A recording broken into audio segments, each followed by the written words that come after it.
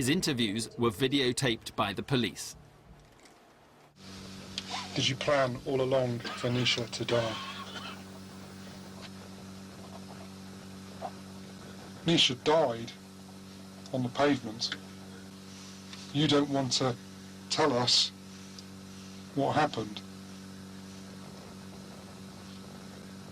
Is there anything that you can say that would change our conclusion that you arranged with Roger Leslie to have your wife killed?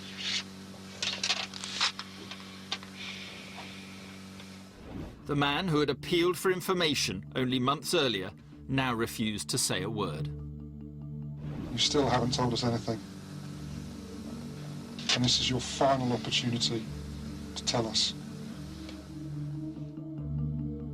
Fadi Nasri wasn't alone in his silence. Jason Jones also refused to talk.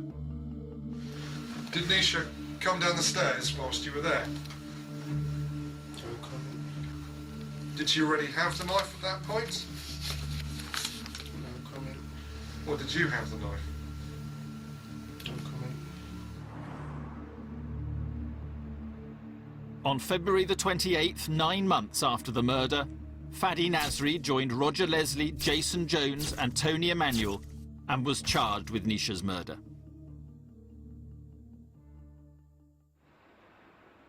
And in other news tonight, the husband of Special Constable Nisha Patel was today charged with her murder. Fadi Nasri, a limousine driver from Wembley, is believed to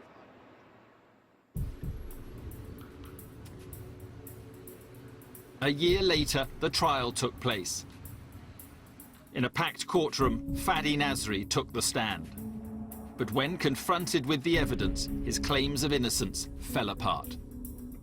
He absolutely got torn to pieces because the facts and the evidence that were there, he couldn't provide a decent story. You could see the look on the people's faces in court. You know that there's no way out. There was no way out at all.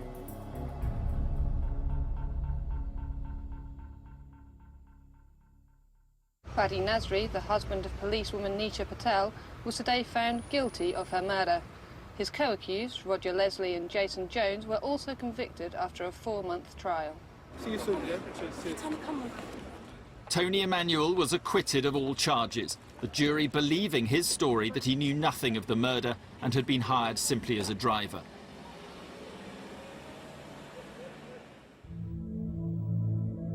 Roger Leslie and Jason Jones were sentenced to life imprisonment. Leslie to serve at least 18 years and Jones 20. Fadi Nasri received a life term with a 20-year minimum tariff. We're pleased with today's verdicts. These 3 dangerous and callous men will be in prison for a very long time. No sentence given to the murderers will ever replace Nisha, and its outcome will never compare with the suffering it's caused or the magnitude of our loss. I am still absolutely... The family may have got justice, but their ordeal wasn't over. In the days following the convictions, it was Nisha, not Fadi, who made the headlines, and for all the wrong reasons. Based on her husband's former involvement with an escort agency, she was falsely accused of profiting from the vice trade.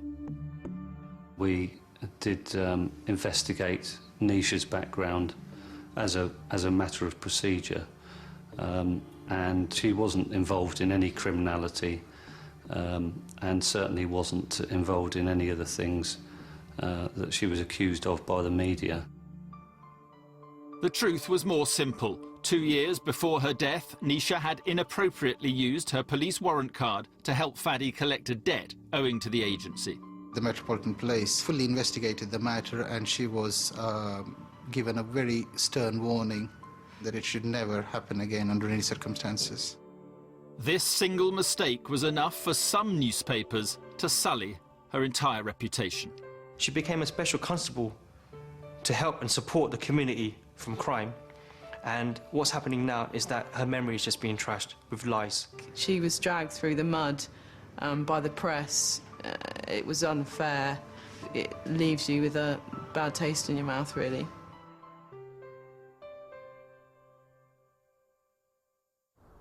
In in reality, the real mistake Nisha made was to fall for the wrong man. She built a successful career, won the respect of her police colleagues and the love of her family. But in the end, it was the person she loved who betrayed her in the most brutal way possible. Fadi Nasri was an evil man. He left his wife in that house to be murdered. Fadi Nasri was a liar and a cheat who was prepared to have his wife killed for financial gain. And as a consequence, will spend the next 20 years of his life behind bars. Nisha loved him. There's no words to describe that betrayal because she loved him so much. She loved him so much.